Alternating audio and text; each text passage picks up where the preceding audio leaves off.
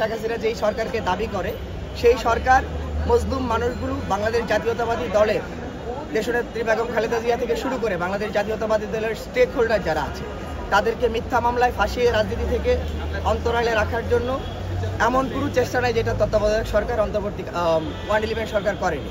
তো দীর্ঘ বছর পর আমরা এই মামলাটাতে একটা সুষ্ঠু বিচার পেয়েছি।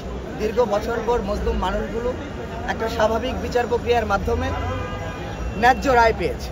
আমরা তরুণ প্রজন্ম স্পেশালি যারা লুৎফুজ্জামান বাবর ভাইকে নিয়ে বাংলাদেশের সার্বভৌমত্বের প্রশ্নে তরুণ প্রজন্ম অনেক বেশি উচ্ছ্বাসিত, আপনারা সবাই জানেন। আমরা তরুণ প্রজন্ম এই রায়কে নিজের চোখে দেখার জন্য কোর্টে হাজির ছিলাম এবং আমরা সবাই উচ্ছ্বাসিত।